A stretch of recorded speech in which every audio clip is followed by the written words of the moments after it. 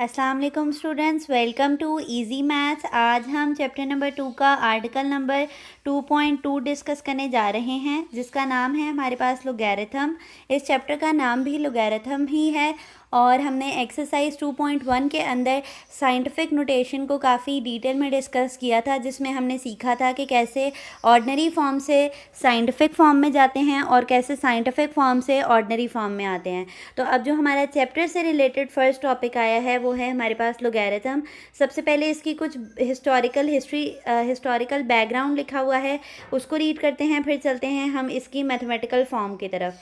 तो सबसे पहली लाइन के अंदर लिखा गया है a logarithm is based on 2 Greek words.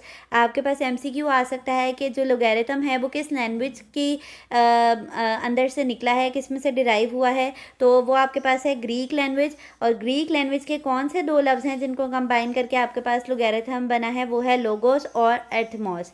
ठीक है, जिसका मतलब होता है रेशियो एंड प्रोपोर्शन। ठीक है, रेशियो एंड प्रोपोर्शन को आपको छोटे ग्रेड्स के अंदर सिखाया जाता है कि अगर दो नंबर्स को हम डिवाइड कर सकते हैं तो हम उनको रेशियो फॉर्म में भी लिख सकते हैं, और अगर दो रेशियोज़ को आप इक्विवेलेंस के साइन के साथ, यानी कि इक्वल के साइन के साथ अगर आप दो रेशियोज़ को लिख दें, A ratio B is equals to C ratio D, तो वो आपके पास क्या बन जाता है, प्रोपोर्शन बन जाता है।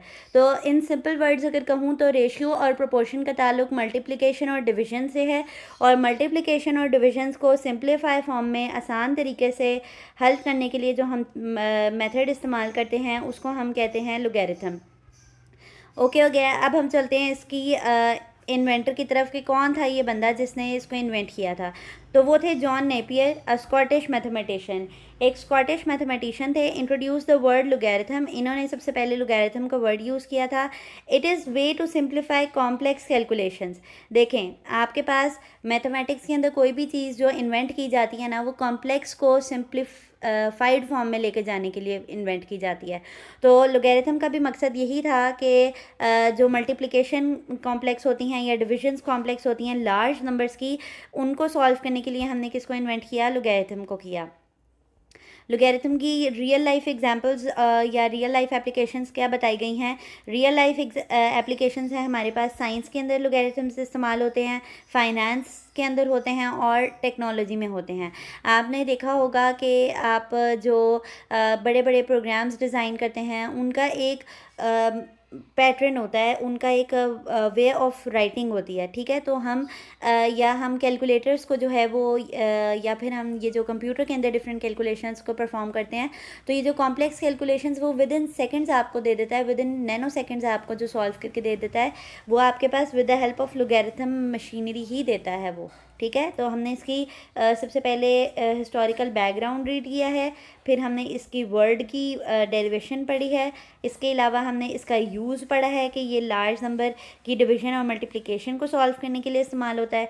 इसके अलावा इसकी जो रियल लाइफ एप्लीकेशंस हैं वो साइंस, फाइनेंस और टेक्नोलॉजी है। तो उम्मीद करती हूँ आपको ये जो लोगैरिथम से रिलेटेड थोड़ा सा इंट्रोडक्शन था ये समझ आया होगा। इंशाल्लाह नेक्स्ट वीडियो के अंदर हम इसकी मैथमेटिकल फॉर्म को डिस्कस करेंगे, जो कि logarithm of a real number है, जो कि हमारा असल मकसद था पढ़ना। ठीक है, तो जिसका इस्तेमाल हम अपने क्वेश्चंस के अंदर भी करेंगे। तो आज के लिए जो था वो इसका इंट्रोडक्शन काफ़ी है। अगर आपको हमारा वे ऑफ टीचिंग इजी लगता है तो हमारी वीडियोस को लाइक कर दिया करें और चैनल को सब्सक्राइब कर दें और बेल आइकन को दबाना ना भूलिएगा, ताकि हर नई आने वाली वीडियो आप तक आती रहे। अल्लाह हाफ़िज़।